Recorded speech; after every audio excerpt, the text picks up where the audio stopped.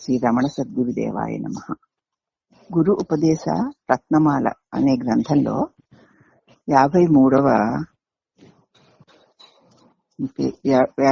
విషయం చెప్తూ గురువు అనుగ్రహం గురించి చెప్పారు.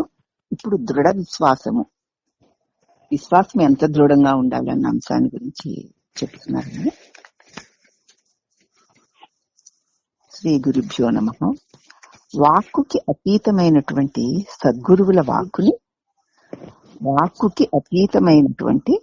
సద్గురువుల వాక్కులను గ్రహించవలసిన రీతిలో గ్రహించాలి. ఏవో మామూలు మాటలు విన్నట్లుగా కాదు. అలవాకుగా విన్నా చెవుల్లోకి వెళ్ళిపోయి మన బుద్ధిలోకి వెళ్ళిపోయి మళ్ళీ మర్చిపోవడానికి వీలైన తల పడిపోతాయి. మనకి అలవాటు కదా. మరి వాళ్ళు ఎప్పుడెప్పుడు ఏమన్నారు ఇప్పుడేమన్నా వినక్కర్లా, ఊరికి అలా గాలికి విన్నా సరే పడిపోతాయి మామూలు మాటలు. కానీ మరి గురువాక్యాలు అలా పడవే. వింటాం, తెలుసు, అవును కదా అంటాం, కానీ లోపల దృఢంగా వెళ్ళి పడిపో. అందుచేత వాక్కుకి అతీతమైనది గురువాక్కు. అటువంటి సద్గురువుల వాక్కుని గ్రహించవలసిన రీతిలో గ్రహించాలి. మన ముందు కనిపించే మాయా ప్రపంచ దృశ్యాలపై బుద్ధిని కొంచెం కూడా వెళ్ళనివ్వకుండా ఊరక ఉండడమే సుఖము. మన ముందు కనిపిస్తున్న ఈ మాయా ప్రపంచపు దృశ్యాల మీద గాని, శబ్దాల మీద గాని, పంచ విషయాల మీద గాని బుద్ధిని కొంచెం కూడా వెళ్ళనివ్వకుండా ఊరక ఉండడమే సుఖము. దాని వివరణ చెప్తున్నారు. అనుగ్రహం అంటే ఆత్మ. అది అందరి హృదయాల్లోనూ నేను నేను నేను అని గోచరించే స్వయం ప్రకాశము అని భగవాన్ తరచు చెప్పే మాట. అనుగ్రహం అంటే ఆత్మ. అనుగ్రహం అనేది ప్రత్యేకించి ఏమీ లేదు. నీలో ఆ ఆత్మ ప్రకాశపు అనుగ్రహం ఉంది గనకనే నువ్వు నేను అనగలుగుతున్నావు. మేనును పట్టుకుని ఈ జగత్ విషయాల్లో తిరగలుగుతున్నావు.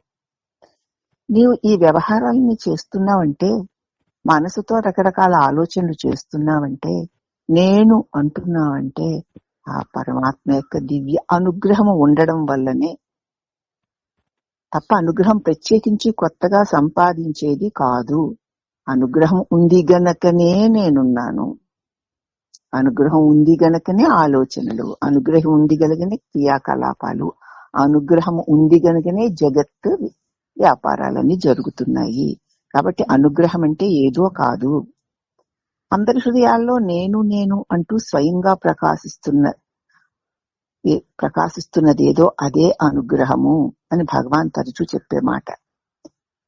భగవాన్ చెప్పిన ఆ మాట ప్రకారం గురు అనుగ్రహాన్ని మనం చక్కగా గ్రహించడం అంటే, మన భగవాన్ ఎన్నోసార్లు చెప్పారు, అనుగ్రహం కొత్తగా ఇవ్వక్కర్లేదు, అనుగ్రహం ఉండనే ఉంది, అనుగ్రహం లేని ప్రాణి గాని జీవి గాని లేడు, అనుగ్రహించండి, అది దయ చూపించండి అని అనక్కర్లేదు అని అనేక సార్లు చెప్పారు ఆయన.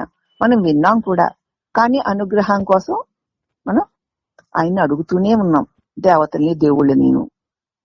నిజంగా గురువు చెప్పిన మాటగా నువ్వు చక్కగా గ్రహించడం అంటే, నేను అనే స్వయం స్ఫురణను విడవకుండా పట్టుకొని ఉంటే చాలు, అదే అనుగ్రహం అని చెప్పారుగా. నువ్వు నేను అంటున్నావంటే అనుగ్రహమే. అనుగ్రహం లేకపోతే నేను అని అనలేవు. అనుగ్రహ ప్రసరణ పరిధిని దాటి ఏదీ లేదు. నువ్వు నేను అంటున్నావంటే ఆ స్వయం స్ఫురణే అనుగ్రహం, అదే పరమాత్మ. దాన్ని పట్టుకొని ఉండు అంటే. అనుగ్రహం కావాలంటున్నావుగా, అదిగో అదే, దాన్ని పట్టుకో. ఏదైనా ఒక వస్తువుని కావాలన్నప్పుడు దాన్ని మనకి ఎవరైనా ఇస్తే దాన్ని పట్టుకొని దాచిపెట్టుకుని జాగ్రత్తగా చూసుకుంటామా లేదా? అనుగ్రహం కావాలంటున్నావు, ఇగో అనుగ్రహం ఇదే అని మనకు అనుగ్రహం అన్న దాన్ని చూపించారు. ఇక దాన్ని పట్టుకుని ఉండు. కావాలన్నావుగా మరి. అయితే ఊరక ఉండడం అంటే ఇదే. ఊరక ఉండుట అంటే సోమరితనంగా ఉండవని కాదు. ఏదీ తెలియని స్థితిలో ఉండే కాష్టలయ సమాధులు కూడా కాదు. ఏదీ తెలియని స్థితిలో అసలు ఈ ప్రపంచం ఉంది. మొన్న ఎప్పుడేవో సమాధుల గురించి చెప్పుకున్నాం. ఇక్కడ వైజాగ్ లోనేమో సవికల్ప సమాధి, నిర్వికల్ప సమాధి, శుద్ధ సమాధి అని, అలాగే శబ్దానువిద్ధి సమాధి, దృశ్యానువిద్ధి సమాధి అని సమాధుల గురించి చెప్పుకున్నాం. ఉట్టి కాష్టంలాగా ఒక కర్రలాగా అలా బిగుసుకుపోయి ఉండడం కాదు. ఊరక ఉండడం అంటే సోమరితనంగా ఉండడం కూడా కాదు. ఏదీ తెలియని స్థితిలో ఉండే కాష్ట లయ సమాధులు కూడా కాదు. మనసు లయించిపోతే ఉండే సమాధి కూడా కాదు. మన బ్రహ్మం తాతకి అలాగే జరుగుతూ ఉంటుంది. 3 గంటలు ఉండిపోతాడు ఆయన. అది లయ సమాధి. మళ్ళీ లేచొస్తావుగా, మళ్ళీ బ్రహ్మం తాతగానే లెగుస్తావు. అది కాదు. ఇంకా ఏమీ తెలియని అస్సలు నిద్ర పోతున్న వాడి వలె శరీరం ఉందా లేదా, చుట్టూ ఏముంది ఏం లేదు, ఏమీ తెలియకుండా ఒక కర్రలాగా విసిగిపోయి ఉండడం, అది కూడా కాదు. నిరంతరము లో దృష్టితో ఉండడమే. నిరంతరం లో దృష్టితో ఉండడమే.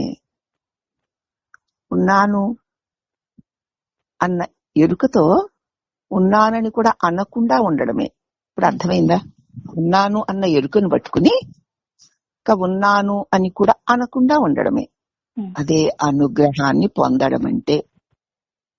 దాన్ని పొందాలి, పొందిన దాన్ని నువ్వు నిలబెట్టుకోవాలి. ఏదీ తెలియని స్థితిలో ఉండే కాష్ట సమాధి కాదు, నిరంతరము లోదృష్టితో ఉండడమే. అదే మన సహజ స్థితి అనే జ్ఞానం నీకు కలిగినప్పుడు సహజ సమాధి అయిపోతుంది. అలా ఉండగా ఉండగా నీకే తెలుస్తుంది అసలు నీ నిజస్థితి ఏంటో. నీ నిజస్థితి ఏంటో నీకే తెలుస్తుంది. ఇంతకు ముందు ఏది నిజమో, ఏది సత్యమో, ఏది శాశ్వతమో, ఏది ఆనందం ఇస్తుంది అనుకుంటున్నావో అదా అసలు ఎండమావులో నీరులాగా లేనిదే అని అప్పుడు తెలుస్తుంది. ఇప్పుడు మాటకి, మనసుకి, బుద్ధికి తెలుస్తుంది కానీ అనుభవానికి తెలియదు. నువ్వు నీ నిజస్థితిని గట్టిగా స్థిరపడి ఉండిపోయినప్పుడు నీకు తెలుస్తుంది. ఏమని తెలుస్తుంది? నిరంతరము లోదృష్టితో ఉంటే అదే మన సహజ స్థితి అన్న జ్ఞానం స్థిరపడినప్పుడు అదే సహజ సమాధి అయిపోతుంది.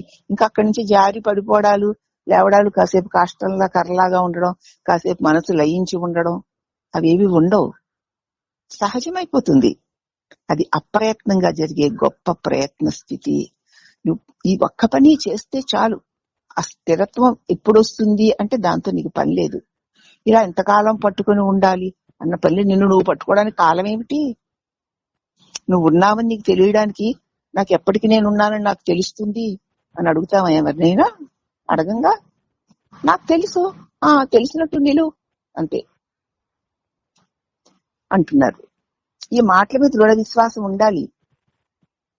నేనెవరు అని తనని తాను విచారణ చేయుట వల్ల గాని, లేదా భగవంతుని పాదాలను వదలక భక్తి పారవస్యంతో మనస్సు ద్రవించి పోవడం వల్ల గాని, దేహమే నేను అనేది అహంకారాన్ని సమూలంగా నశింపచేయడమే జ్ఞాన ప్రకాశ రూపమైన హృదయాన్ని చేరుకోవడము అంటారు భగవాన్. ఇది ఎలాంటిదనమాట? నేనెవరు అని తన్ను తాను విచారణ చేయాలి. విచారణ చేస్తే పరిశీలన చేస్తూ కూర్చోవడం కాదు. అక్కడ పరిశీలన చేయడానికి ఏముంటుంది? నేనెవరు అని ప్రశ్నించిన తోడనే ఏది ప్రశ్నిస్తుందో అది లేకుండా పోతుంది. అప్పుడు ఏదైతే ఉందో అదే నీ స్వస్థితి. దాని యందు నిలిచి ఉండుట వల్ల గాని, లేదా ఒక కర్త కారణకర్త ఉన్నాడని ఆ భగవంతుని వదలకుండా భక్తి పారవస్యంతో జగత్తుని, జగత్ విషయాలని, దేహాన్ని, అహంకార మమకారాల్ని కూడా విడిచి ఆ భగవంతుని యందున్న భక్తి పారవస్యంతో మనసంతా ద్రవించిపోయి మంచు ముక్క నీటిలో కరిగిపోయినట్లు నీ అహంకారం కరిగిపోవాలి. దేహమే నేను అనే అహంకారాన్ని సమూలంగా నాశనింపచేయడమే జ్ఞాన ప్రకాశ రూపమైన హృదయాన్ని చేరడం. అటువంటి స్థితిలో ఇక దేహమే నేను అన్నటువంటి అహంకారం సమూలంగా కరిగిపోయింది. మంచు నీటిలో వేసేసరికి కరిగిపోయింది. ఇప్పుడు మంచుగడ్డ అక్కడ కనపడదు. అలాగే నేను మేనని గడ్డ కట్టుకుపోయినటువంటి ఈ అహంకార భావన నీ నిజస్వరూపమును విడువక ఉంటే, ఈ అహంకారం ఆ నిజస్వరూపం భగవంతుడని ఉండు, లేకపోతే నేను ఉన్నాను అనైనా ఉంటే ఈ అహంకారం పూర్తిగా నశించిపోతుంది. అదే జ్ఞాన ప్రకాశ రూపమైన హృదయము.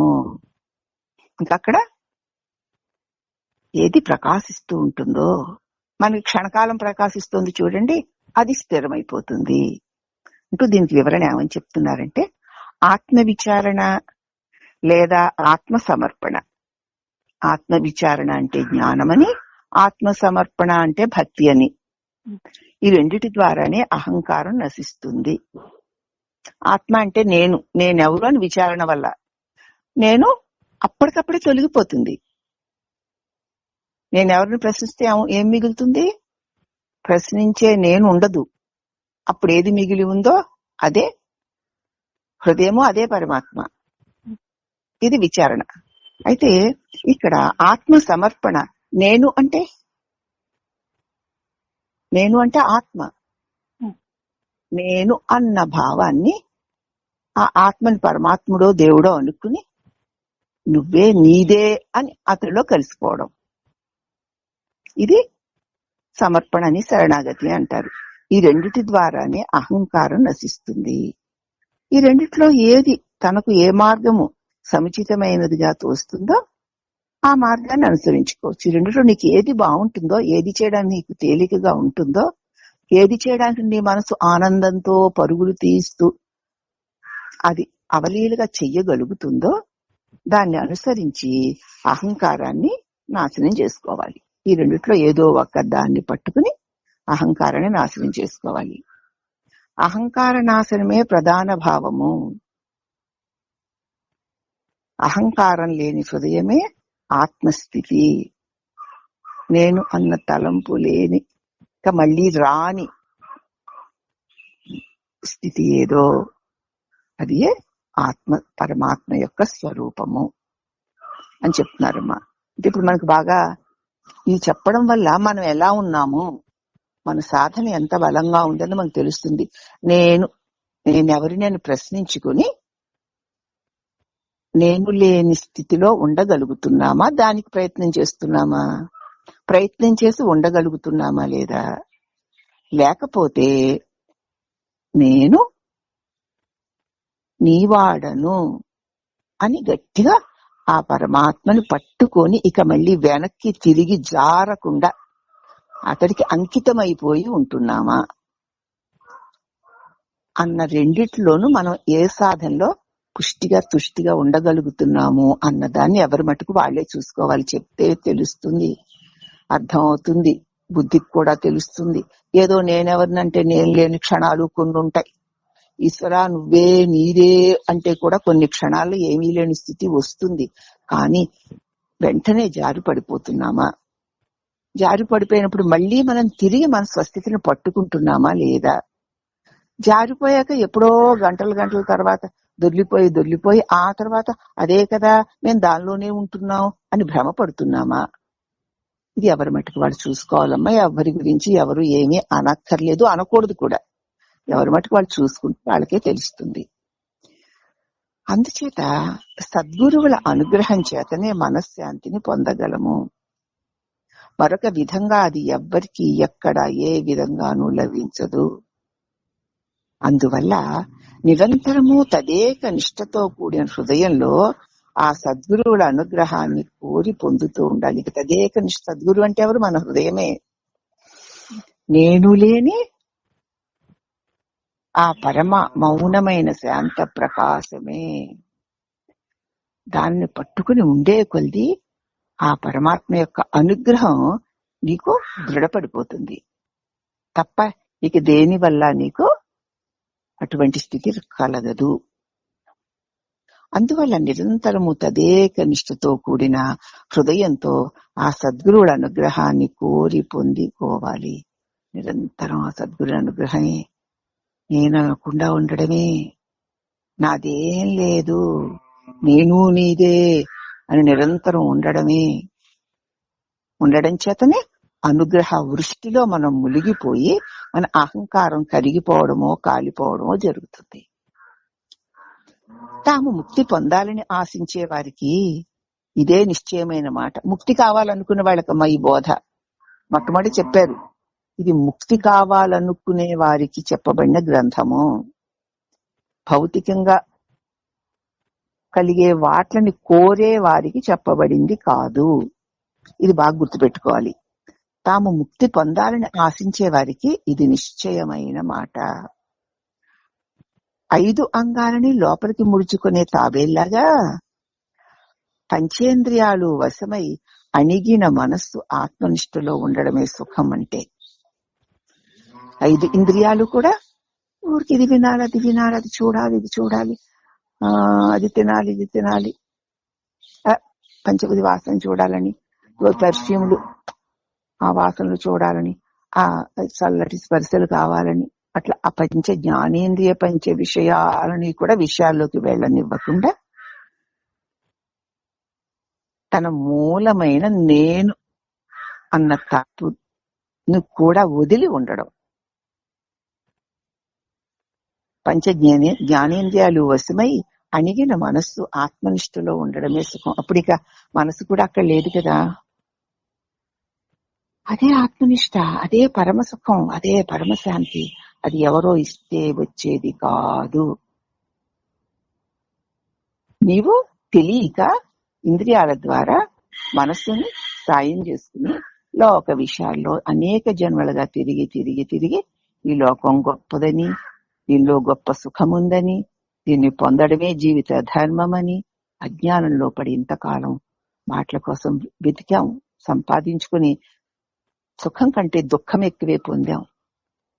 అట్టి ఇంద్రియాలు అంటే పంచ విషయాలని అనుభవించడానికి కావలసిన ఇంద్రియాలు దేహమందు ఉన్నాయి. అందుచేత దేహం మళ్ళీ మళ్ళీ మనకు వస్తుంది. మనకి ఇంద్రియాలు విషయ సుఖాలు కావాలి అంటే ఇంద్రియాలు కావాలి. ఎప్పుడు విషయ సుఖాలు కావాలన్నావో ఇంద్రియాలు కావాలి. కాబట్టి ఇంద్రియాలు కలిగిన దేహం మళ్ళీ మళ్ళీ కోరుకుంటావు.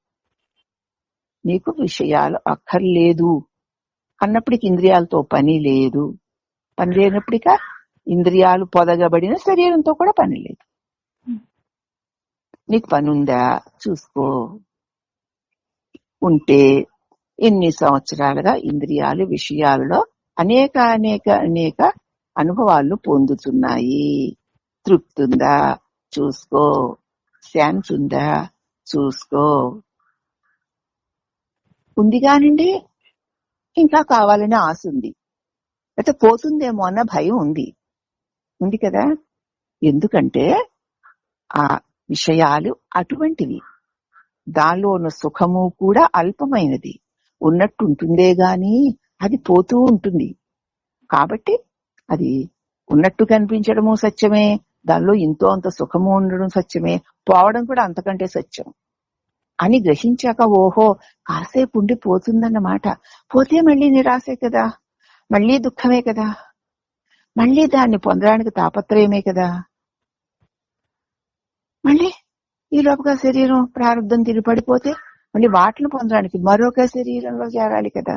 మళ్ళీ జన్మ దుఃఖం, జాయా దుఃఖం.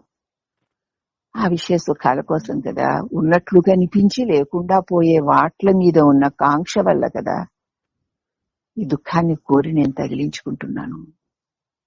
అయితే ఇటువంటి తాపత్రయం లేకుండా, ఏ ప్రయత్నము అక్కర్లేకుండానే, ఏ విషయ సుఖాలతో సంబంధం లేకుండానే నేను సుఖంగా శాంతిగా ఉండగలనా అని ఎవడైతే తన మనసుతో తన బుద్ధితో తాను వివేచించి చూస్తాడో అతడికి సద్గురువు అసలు నీ స్వరూపము సుఖమే, శాంతే, మరిచావు. ఆ కారణంగా ఇదిగో నీ చేత తెలియబడే విషయ సుఖాలు గొప్పవని తలచి ఆ వలలో పడ్డావు. ఒక్కసారి వాటిని వదులు. ఒక్కసారి వదలమంటే వదిలి ఉండలేవు, ఎందుకంటే అలవాటు అయిపోయింది కాబట్టి. మాటి మాటికి వదులుతూ ఉండు, మాటి మాటికి వదులుతూ ఉండు. వదులుతూ ఉండగా అది వదులైపోయి రాలిపోతాయి. అప్పుడు నీకు ఈ విషయ ఇంద్రియ సుఖాల మీద భ్రాంతిపూర్వకమైన పట్టు దానికి అది వేడిపోతుంది. నువ్వు నిశ్చల శాంతి స్వరూపానివై, స్వరూపమానివై విరాజిల్లుతున్నావు. నిన్ను నువ్వు తెలుసుకో అంటాడు గురువు. అందుచేత ఇప్పుడు ఎంతో దుఃఖంలో ఉన్నామే, విముక్తి ఎప్పుడు కలుగుతుంది, ఎట్లాగా పొందగలము అని పరితపించి అమరత్వం పొందాలి అన్న జిజ్ఞాసులకే ఈ మాటలు చెప్తున్నారు. మళ్ళీ మళ్ళీ గుర్తు చేస్తున్నారమ్మా. అటువంటి జిజ్ఞాస ఖచ్చితంగా మన దగ్గర ఉందా లేదా అని మనం చూసుకోవాలి. ఇతరులకి ఇవి చేదుగా ఉంటాయి, నిజంగా లోక విషయాలతో, లోక వైభవాలతో, ఈ ఆస్తులు, ఐశ్వర్యాలు, ఈ గొప్పలు, వీటి కోసం తాపత్రయపడుతూ వాటిని పెంచుకోవాలని చూసుకుంటూ దానికోసం అన్యాయాలు, అక్రమాలు, అబద్ధాలైనా అవలీలుగా ఆడేయగలుగుతూ ఉండే వాళ్ళకి అన్ని వదిలి ఇవి దుఃఖాలు, బంధహేతువులు, వాటి జోలికి వెళ్లకు. నువ్వేం చెయ్యక్కర్లేదు. ఈ దేహం ఎప్పుడైతే తల్లి గర్భంలో పడిందో ఆ క్షణం నుంచి ఈ దేహం నశించే వరకు ఏవి ఏవి రావాలో, ఏవి ఏవి పోవాలో అవి అన్నీను ఒక మహాశక్తి ఆధీనంలో వాటికి అవే జరుగుతూ ఉంటాయి. నువ్వేం చెయ్యక్కర్లేదు. అన్ని వదిలి హాయిగా ఊరికే ఉండు. ఊరికే ఉండవయ్యా అంటారు. అంటే లోక విషయ వ్యామోహాల్లో ఉన్న వాళ్ళకి ధన వ్యామోహము. ఈ రోజు అదేమి విద్య, బ్రహ్మ విద్య ఏమిటది, దానిలో చెప్పారు కదూ ఎలా ఉంటుందో. ధనేష్ణ, ధారేష్ణ, పుత్రేష్ణ, ఆ ఈష్ణతయాల్లో పడి కొట్టుకునేవాడు. అటువంటి వాళ్ళకి అసలు ఈ మాటలు కొంచెం కూడా రుచించవు. వాళ్ళకి చాలా కోపం వస్తుంది కూడాను. వాళ్ళకి చేదుగా ఉంటాయి. తప్పుడు ధ్యేయంగా తోచినా ఆశ్చర్యపడక్కర్లేదు. వీళ్ళు చెప్పేవన్నీ శుద్ధ అబద్ధాలు. ఖచ్చితంగా ఇలాగ మేము అనుభవిస్తుంటే, ఇలా మాకు వైభవాలు వస్తుంటే, ఇలాగ మాకు కీర్తులు వస్తుంటాయి. ఇవేవీ లేవు, ఉత్త అబద్ధాలు అంటారు.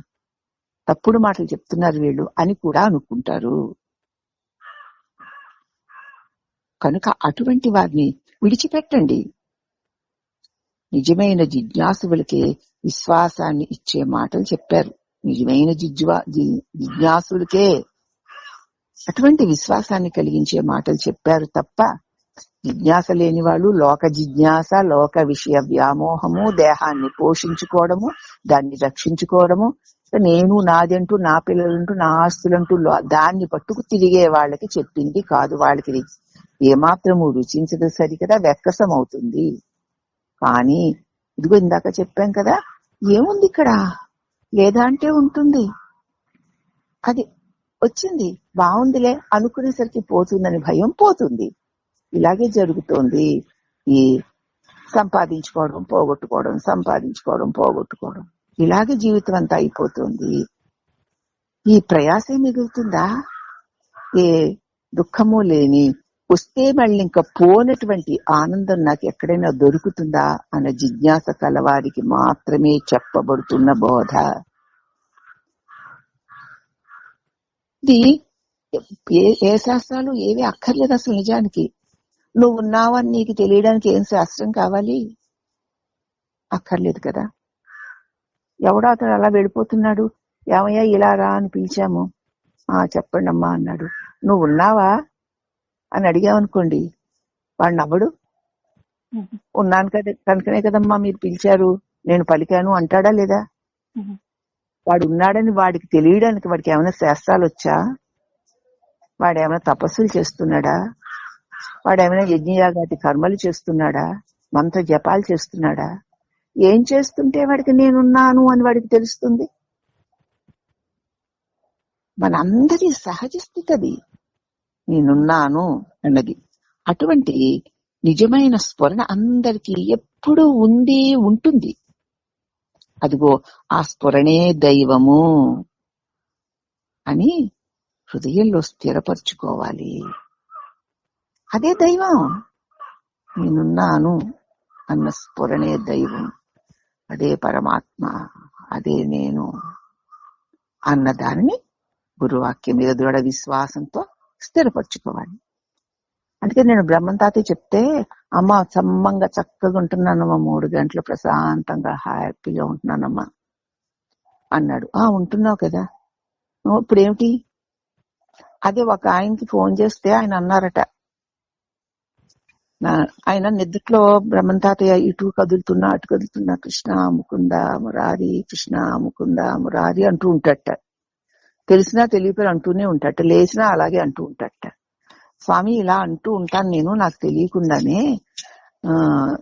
ఇదేంటి స్వామి, ఎందుకు ఇలాగా అని అడిగట ఆ స్వామిని ఎవరిను. ఆయన అన్నారట, కృష్ణ ముకుంద మురారి అని అంటున్నావు చూడు, ఆ నువ్వే కృష్ణుడివి, ఆ నువ్వే ముకుందివి, ఆ నువ్వే మురారివి అన్నట్టు. ఆయన ఎంత గొప్ప గురువు చూడండి. అదేంటమ్మా ఆయన అట్టంటాడు అని అడిగాడు నన్ను. ఉన్నదాన్ని అన్నాడయ్యా, కృష్ణా ముకుంద మురారి అని అని నువ్వు లేకపోతే నీ చేత అనబడే కృష్ణా ముకుంద మురారి ఎక్కడున్నారు? నువ్వు నిన్నే కృష్ణా ముకుంద మురారి అంటూ ఎక్కడో రేపల్లెలో ఉన్న కృష్ణుణ్ణి అంటున్నానని అనుకుంటున్నావు. అని నువ్వు లేకపోతే నీ చేత అనిపించుకునే కృష్ణుడు లేడు, కాబట్టి నువ్వే కృష్ణుడివి అన్న ఆ స్వామి ఎవరో గాని ఆయనకి నా తరఫున అనేక వందనాలు చెప్పు. ఇటువంటి సత్యజ్ఞానం కలిగిన స్వాములు చక్కగా ఎక్కడో రత్నాలాగా మెరుస్తూ ఉన్నారు. అటువంటి సద్గురువుని ఆశ్రయించాలి. అవునమ్మా అట్టానా, అయితే నేనే కృష్ణ అంటావా అన్నాడు. అవును కాదా? సరేనా, నువ్వు ఛానల్లో 3 గంటల సేపు కూర్చొని ఉంటున్నాను, నిశ్చలంగా ఉంటున్నానమ్మా, హాయిగా సుఖంగా సంతోషంగా ఉంటున్నానమ్మా ఉంటున్నావు కదా, అప్పుడేముంది? అప్పుడేముంది, ఏమీ లేదు. అదే దేవుడు. అదెట్టా దేవుడు అవుతాడమ్మా అంటాడు. మరి దేవుడు అంటే ఏంటి నీ ఉద్దేశం? బ్రహ్మన్ రాజు గారు వచ్చి ఇదిగో అరుణాచలంలో దేవుడున్నాడు, కాశీలో దేవుడున్నాడు అని అంటే ఉన్నవాడు దేవుడని నువ్వు అనుకుంటున్నావు. అనుకునే నువ్వు లేకపోతే దేవుడు లేడు. ఏమి అనుకోకుండా ఉన్నప్పుడు నిశ్చల స్థితే దైవము. ఈ ఒక్క ముక్క నీకు అర్థమైతే ఇక 10 సార్లు నాకు ఫోన్ చేసి నేను ఇట్టమ్మా అక్కడికి వెళ్ళా ఇక్కడికి వెళ్ళా, ఆ స్వామి చెప్పాడు ఈ స్వామి చెప్పాడు అంటే సోదలు చెప్పడం మాని. నువ్వు ఉంటున్నావా లేదా? ఉంటున్నా. అప్పుడు నువ్వెవరు? ఏమో. అప్పుడు నువ్వు బ్రహ్మన్ తాత కాదనమాట, బ్రహ్మం కాదు అప్పుడు, బ్రహ్మన్ రాజు కాదు అప్పుడు. అంటే అప్పుడు లేడుగా, ఒక నిశ్చల ఆనందం కదా ఉంది. అవునా మరి? అదే నువ్వు, అదే దైవం, ఇదే తపస్సు, ఇదే యజ్ఞం, ఇదే యాగం, ఇదే క్రతువు, ఇదే హోమం, ఇదే జపం, ఇదే ధ్యానం, ఇదే లక్ష్యం, ఇదే మోక్షం. దీన్ని దృఢంగా నమ్మావా బాగుపడతావు, లేదంటే మరి దొర్లుతావు, వెళ్ళు ఇంకొక జన్మల్లోకి అట్టంటావమ్మా అన్నాడు. అందుచేత స్వయంగా అనుభవించి కూడా ఆ అనుభవించినదే దైవము అని చెప్తే నమ్మగలిగే దృఢ విశ్వాసం లేకపోతే పరమాత్మ అనుభవాన్ని పొంది కూడా అతడు భ్రష్టుడు అవుతాడని చెప్పడానికి నేను బ్రహ్మన్ తాత ఇక్కడ సంఘటన చెప్పానమ్మా. అనుభవించాడని ఇప్పుడు మనం నిజంగా ఒక గంట సేపు ఒక్క తలంపు లేకుండా నిశ్చలంగా అలా ఉండగలగడం అంటే సామాన్యమా? ఉంటున్నాడు. తర్వాత వచ్చాక హాయిగా నిద్రపోయిన వాళ్ళు లేచి వచ్చినట్టు హాయిగా ఉన్నానమ్మా, సమ్మగా ఉన్నానమ్మా అంటున్నాడు. ఉన్నావుగా, అప్పుడు ఎంత బాగున్నావు మో చెప్పలేను. మరి ఇప్పుడు ఇదిగో ఇల్లు పెళ్ళం గుర్తొస్తున్నాయి. ఏదో అక్కడేదో గుడి అంటావు, బ్రహ్మంగారి గుడిలో పూజ అంటావు, ఇక్కడేదో అంటావు, మనోడు వచ్చాడంటావు, కొడుకు వచ్చాడంటావు, ఏవో అంటావు, అదంటావు, కాళ్ళు నొప్పో చేతి నొప్పో ఏదో కష్టమో, ఇవన్నీ ఉన్నాయా మరి ఇప్పుడు? మరి అప్పుడు ఏం లేవు, మంచిగా సమ్మంగా ఉన్నాను. అవునా మరి? అదే దేవుడు. ఇవన్నీ నేను బ్రహ్మన్ రాజుని అని అనుకున్నప్పుడు కలుగుతున్నటువంటి భ్రమలు. మరి అనుకోకుండా పనులు ఎట్లా అవుతాయి? మరి పనులు ఎలాగా అవుతాయి అంటే, నేను ఆనంద స్వరూపాన్నే, కానీ ఈ దేహం ఉంది గనక ఈ వ్యవహార కాలంలో ఇలా ఉంటుందంతే. ఇది పోతుంది, నేను అలాగే ఉంటాను అన్న జ్ఞానంలో నువ్వు స్థిరపడి ఉండగలిగినప్పుడే నీ అనుభవంలో నువ్వు స్థిరపడి ఉండద్దే. దీన్ని నమ్మడం కష్టం, దృఢ విశ్వాసం కలిగి ఉండడం కష్టం. మనం ఆత్మానుభవాన్ని అనుభవిస్తూనే ఉంటాం, దాన్ని గుర్తించడం కష్టం, దానిలో ఉండడం కష్టం. కాబట్టి అదే దైవము. హృస్థలే మనః స్వస్థతా క్రియ భక్తి యోగ బోధాశ్చ నిశ్చితం అన్న రమణ వాక్కు కంటే మనకి ఏదైనా రుజువు కావాలా? ఉండు. పరమాత్ముడు అతి దగ్గరగా ఉన్నాడు నీకు, నీ దేహానికంటే కూడా నీకు సన్నిహితంగా ఉన్నాడు. అసలు నీవే అయి ఉన్నాడు. కాబట్టి మనస్సుని నీ హృదయంలో నేనన్న తలంపు విడిచి ఉండు. ఉండగా ఉండగా అది నీ నిజ స్వరూపం కాబట్టి అవలీలగా అది నీకు పట్టుబడిపోతుంది. అని ఇక్కడ భగవాన్ చెప్తున్నారు. అందుచేత అహంకార నాశనమే ప్రధానుభావం అని, అహంకారం లేని హృదయమే ఆత్మస్థితి అని తేల్చి చెప్పేశారు. తాము ముక్తిని పొందాలి అని ఆశించే వారికి ఇదే నిశ్చయమైన మాట, ఇంతకంటే ఇంక నిశ్చయమైన మాట లేదు. 5 అంగాలను లోపలికి ముడుచుకునే తాబేలాగా పంచ జ్ఞానేంద్రియాలని నువ్వు వశము చేసుకుని అణిగిన మనస్సు ఆత్మనిష్ఠలో ఉండడమే నిజమైన సుఖము. నేనున్నాను అనే నిజమైన స్ఫురణ అందరికీ ఎప్పుడూ ఉంటుంది. ఆ స్ఫురణే దైవము, అంటే ఇదే గురువు వాక్యము అని హృదయంలో దాన్ని స్థిరపరచుకో. దేవుడంటే ఎక్కడో ఉన్న అమ్మవారు, లేకపోతే అయ్యవారు, వైకుంఠంలో ఉన్న విష్ణువు, కైలాసంలో ఉన్న శివుడు, మణిద్వీపంలో ఉన్న అమ్మవారు, ఎక్కడో ఉన్న ఏదో కాదు. అదిగా ఉన్నదాన్ని చూసేవారి దృష్టి వదిలే. నువ్వు ముముక్షువై ఉన్నావు, ముక్తిని కోరుతున్నావు. అవునా? నీ హృదయంలో ఉన్నదే నీ భావానికి అనుగుణంగా వెలుపల కనిపిస్తోంది తప్ప నీ భావాన్ని విడిచి వెలుపల ఏదీ లేదు. నీవు లేకపోతే నీ భావం లేదు, నువ్వే బ్రహ్మానివి.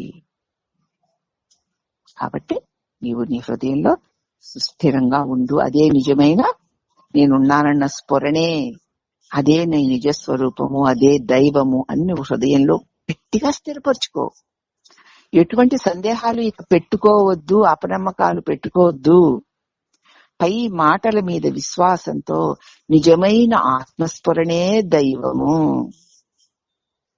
ఇప్పుడు చూడండి, దేవుడు ఎంత దగ్గరగా ఉన్నాడన్నావా, దూరంగా ఉన్నాడన్నావా అని. దేవుడే అయ్యున్నావు తల్లి. నిజమైన ఆత్మస్ఫురణే దైవమని ఎంచి అనుభవిస్తూ పోతే మహదానందం వరదలై ప్రవహించడం నువ్వే చూస్తావు. అదొక్కటి ఎంత తేలిక, ఎంత దగ్గర, ఎంత అయ్యయ్యో అయ్యారే ఎంతో సులభం ఆత్మ విద్య అన్నారు భగవాన్. అయ్యారే ఎంతో కష్టం ఆత్మ విద్య అని ఒకడు దుఃఖిస్తుంటే, అయ్యారే ఎంతో సులభం ఆత్మ విద్య అన్నారు భగవాన్. ఇప్పుడు మనకి ఎంత సులభంగా ఉంది. అసలు నీ వశమైందమ్మా. వెలుగు సూర్యుడి వశమై ఉంది కదూ, సూర్యుడు వెలుగు వశమై ఉన్నాడు. అలాగే సూర్యుడు దేవుడు జీవుడి వశమై ఉన్నాడు, జీవుడు దేవుడి వశమై ఉన్నాడు. ఈ వశమై ఉన్నదని తెలుసుకొని పరవశించడమే పరమానందం. అంటే ఉన్నాను అని ఉండడమే. దీన్ని నమ్మాలి, దీని దృఢ విశ్వాసం ఉండాలి. అదే స్ఫురణే దైవము అని హృదయంలో గట్టిగా స్థిరపరచుకోవాలి. ఎటువంటి సందేహాలు పెట్టుకోక్కర్లేదు. పై మాటల మీద విశ్వాసంతో నిజమైన ఆత్మస్ఫురణే దైవమని ఎంచి అనుభవిస్తే మహదానందం వరదై పారుతుంది. నామరూపమయంగా గోచరిస్తున్న ఈ ప్రపంచమంతా కేవలం స్వప్నము, కేవలం ఇది కళ అని తృణీకరించి దానిని తిరిగి మళ్లీ ఆశ్రయించకుండా ధైర్యంతో చిదానందమైన నీ స్వరూపమైన ఆత్మని ఆశ్రయించు. దీన్ని వదిలిపెట్టడానికి నీకు ధైర్యం ఉండాలి. ఎందుకంటే ఏమైపోతాననే భయం ఉంది కనుక. నామరూపాలతో గోచరిస్తున్న ఈ ప్రపంచమంతా కేవలం ఒక కలే, కలిగి తొలిగేదే అని గట్టిగా తెలుసుకుని దాన్ని కల కదా ఇది అని తృణీకరించే వదిలే. వస్తే రాని, పోతే పోని అని దాన్ని మళ్ళీ ఆశ్రయించుకో. అవును కదా అని దానిలో దూరకు. ధైర్యంగా నీ చిస్వరూపమందు నీవు నిలిచి ఉండు. అంతకంటే చేయవలసింది ఏది చేయదు. ఏదో చేస్తే ఏదో వస్తుందన్న భ్రమ నీకు వదిలేయి. నామరూప ప్రపంచాన్ని చూడకుండా సచ్చిదానంద ప్రపంచాన్ని, అంటే లోకం కాని లోకాన్ని, అంటే ఆత్మని దర్శించడమే ఉపదేశం. సచ్చిదానందం నామం రూపం అనే 5 అంశాలలో మొదటి సచ్చిత్ ఆనందం అనే 3 బ్రహ్మం యొక్క అసత్య అంశాలై ఉన్నాయి. చివరి రెండు మిథ్యలే, నామరూపాలన్నీ మిథ్యలే. కనుక నామరూపాలను విడిచి చూస్తే లోకం సచ్చిదానంద స్వరూపం. నామరూపాల నుంచి నీ చూపును మరలించు. మరి ఇంకేది ప్రపంచం? అదే బ్రహ్మానందం, అదే సచ్చిదానందం. నామరూపాల మీదకి నీ ధ్యాసను మరలించడం వల్ల జడాలైనవి అసత్యాలైనవి సత్యాల వల్లే తోచి నిన్ను భ్రమింపచేస్తున్నాయి. ఈ నామరూపాల నుంచి నీ ధ్యాసని మరలించి నీ స్వరూపమైన హృదయములో నిలిపి ఉంచుకో. అజ్ఞాన భ్రాంతి వల్ల కనపడుతున్న ఈ దేహాన్ని నేను అని అభిమానించి భ్రమించే జీవులకి ఆత్మస్వరూప అన్వేషణ ఒక్కటే వారిని భవసాగరాన్ని దాటించి ముక్తి తీరానికి చేర్చే గొప్ప నావ. చాలా గట్టి నావది. ఏ తుఫాన్లకి, ఏ తాకిడికి కూడా ముక్కలు కాని నావ. అజ్ఞాన భ్రాంతి వల్ల కనబడుతున్న ఈ దేహాన్ని అని అభిమానించే జీవులకి ఆత్మస్వరూప అన్వేషణ ఒక్కటే వారిని ఈ నేనెవరు అని ప్రశ్నించి నిలిచి ఉండడమే భవసాగరాన్ని దాటించి ముక్తిని అందించే గొప్ప నావ. అనాది అనన్యమైనటువంటి వస్తువు ఆత్మస్వరూపంగా తనలో ప్రకాశిస్తున్న శుద్ధ సచ్చిత్తొక్కటే. అనాది అయినది, అనన్యమైనది, అనంతమైనది అయిన సద్వస్తువు నీలో నేను అని అనడానికి ఆధారమై నేనని అనకుండా నీవు ఉండగలిగేదేదో అదే ఆత్మస్వరూపము. అది అనాది, అనంతము, అనన్యము. అట్టి ఆత్మస్వరూపముగా తనలో ప్రకాశిస్తున్న ఆ శుద్ధ సచ్చిత్తు ఒక్కటే సద్వస్తువా. అంతే, అది తప్ప ఇంక ఏది సత్యం కాదు అని గ్రహించకపోతే జీవులకి ఇక మోహభ్రాంతి నుంచి ఎప్పటికీ విముక్తి కలగదు.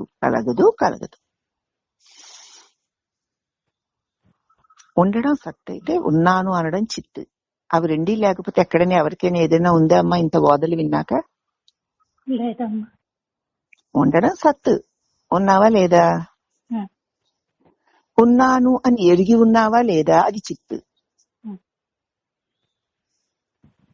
దానిని విడిచి ఈ దేహం గాని జగత్తు గాని ఉన్నాయా?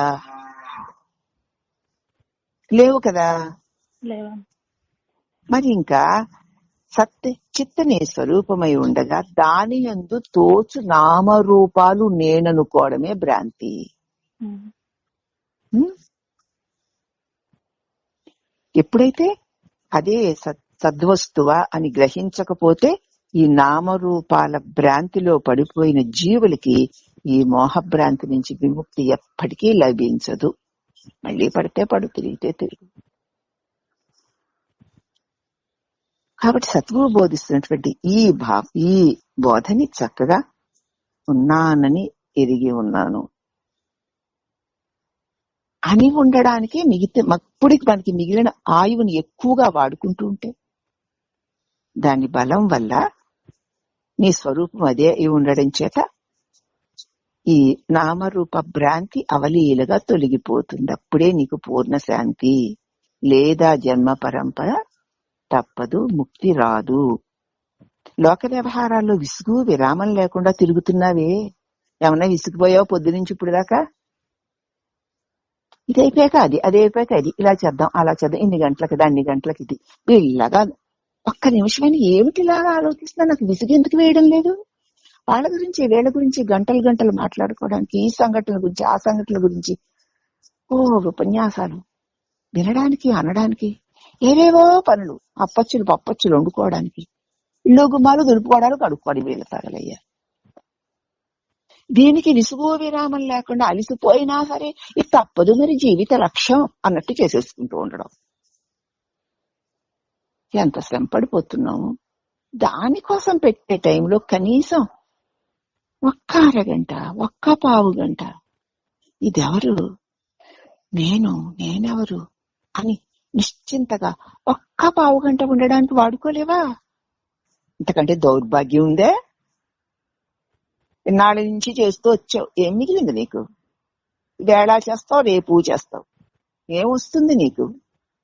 దానివల్ల చేసిన క్రియల యొక్క మూటలు మోసుకుపోయి మళ్ళీ ఇంకొక మూటలో పడతావు. అయినా భయం లేదా? క్షణం కూడా నీ స్వరూపంలో నిలిచి ఉండాలి అన్నటువంటి ధ్యాస నీకు కలగడం లేదా? అంతకంటే అజ్ఞానం ఏముందయ్యా? ఎన్నాళ్ళేం చేస్తావు, ఏం చేస్తావు? చేసి చేసి ఏం మిగుల్చుకున్నావు? రేపేం మిగుల్చుకోబోతున్నావు? ఇక చాలు. సాధ్యమైనంత ఎక్కువ సమయాన్ని హృదయస్థం చేసుకుంటాను, నేనుగా ఉంటాను. కానీ దానితో కొంతసేపైనా తాదాత్మ్యాన్ని వదులుతాను అని ప్రయత్నం చెయ్యి. మరి లోక వ్యవహారాల్లో విసుగు విరామం లేకుండా తిరుగాడుతున్నావు కదూ? అలా తిరుగాడుతున్న విక్షేప ఆవరణ రూపమైన మానసిక దౌర్భాగ్యం విడిచిపెట్టవా? అలా తిరగడానికి ఏమీ సిగ్గు ఎగ్గు లేదా? ఈ మాటలు అనకూడదు గాని అసలు భయం లేనే లేదు అసలు నీకు. అదే సత్యమా, అదే శాశ్వతమా? వదులిక చాలు. చంచలమైన అహంకారాన్ని నశింపచేయవయ్యా. నేను వాణినో ఎల్లమ్మనో అనుకోవడం వల్ల ఇవన్నీ తగులుతున్నాయి. విను, చెప్పింది అర్థం చేసుకో. కాబట్టి నీ లోపల ఇది అది అలాగా ఇలాగా ఇలా ఉండాలి అలా ఉండాలన్న ప్లానులతో ఉండేటువంటి వాసనల్ని పూర్తిగా వదిలే శుద్ధ జ్ఞానమయమైన ఈశ్వరమయంగా ప్రకాశిస్తున్న నీ నిజస్వరూపంలో నిలిచి ఉండు. అదే నీకు శాశ్వత శాంతి, దుఃఖరహితమైన శాంతి. దానికోసం నీ ఆయువుని ఇప్పుడు నువ్వు వాడుకో. ఈ దేహం మళ్ళీ పడిపోతే ఇటువంటి దివ్య దేహం వస్తుందని గ్యారంటీ లేదు. ఇది ఉండగానే అది నువ్వని తెలిసి దానిలో నిలిచిపో. తర్వాత ఇది రాలిపోని కాలిపోని. కాబట్టి ప్రతి నిమిషము జాగరూకుడవై ఉన్నానన్న ఎరుకను కూడా వదిలి ఉండు.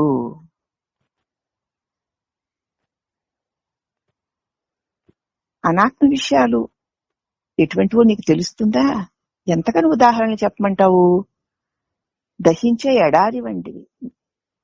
గట్టి ఎండలు కాస్తుంటే ఆ ఇసుక నేలలు ఎలా మండిపోతుంటాయేమో, పాదం పెట్టగలమా దానిలో? ఇదిగో ఈ లోక విషయాలు అలాంటి మండుటెండల్లో ఎడారిలో నడిచే వారికి కలిగేటువంటి బాధల్ని కలిగించేవి. సుఖాలనుకుంటున్నావు. అటువంటి ఎడారి ఇసుకను తిరిగి తిరిగి అలసిపోకు. అలాంటి ఎడారి ఇసుకలో ఎక్కడో మంచినీటి చెలమో దొరుకుతుందని తిరిగి తిరిగి అలసిపోకురా.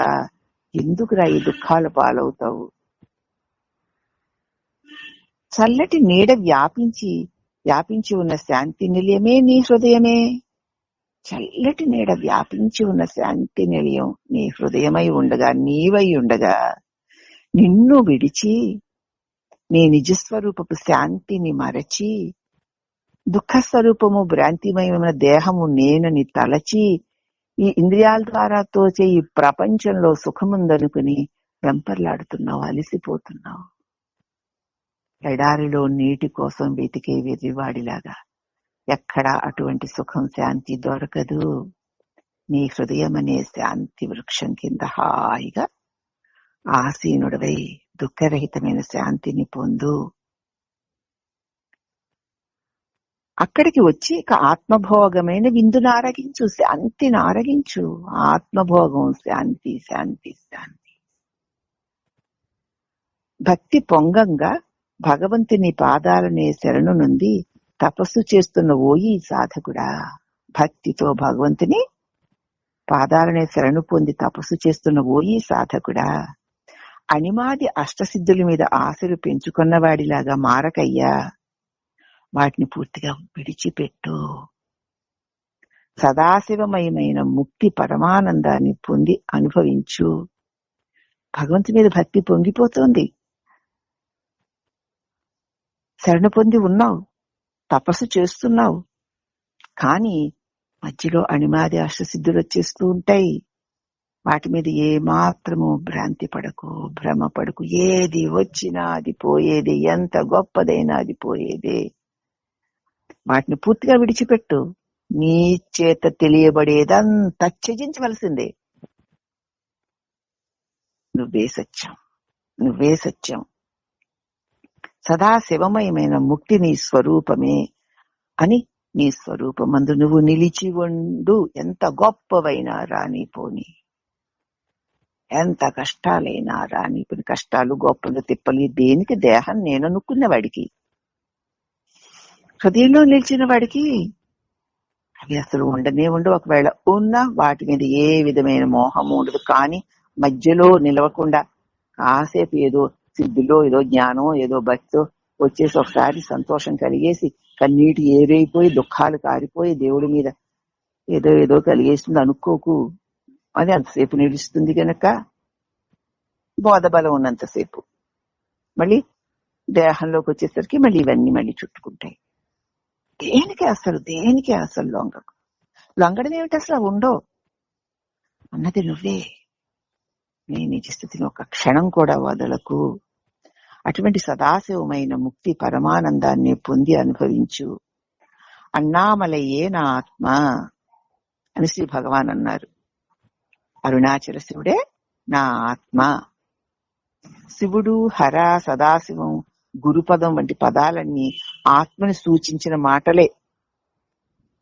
అక్కడ ఉన్నారు కాబట్టి ఈ అరుణాచలమే నా ఆత్మ, ఈ అరుణాచలేశ్వరుడే నా ఆత్మ అంటే నేను, ఆ సదాశివుడే నేను అన్నది భగవాన్. శివుడన్నా, హరన్నా, సదాశివమన్నా, గురువన్నా అటువంటి పదాలన్నీ ఆత్మస్వరూపానే, నిన్నే సూచిస్తున్నాయి. మరి బ్రహ్మంగారికి చెప్పింది అదేగా. కృష్ణ, ముకుంద, మురారే అంటున్నట్ట. అనేవాడెవడు? అనేవాడే కృష్ణ, అనేవాడే ముకుంద, అనేవాడే మురారి. అనేవాడే లేకపోతే అనబడే కృష్ణ, ముకుంద, సదాశివ, అరుణాచల, ఉన్నామలే, అన్నామలే ఇవన్నీ అక్కున్నాయి. నువ్వే అది. నువ్వు దేనిని దేవుడిని ఆశ్రయిస్తున్నావు అది నీవే అయ్యున్నావు. అట్టి నీవు ఉన్నావు. నువ్వు ఉండడం సత్యం.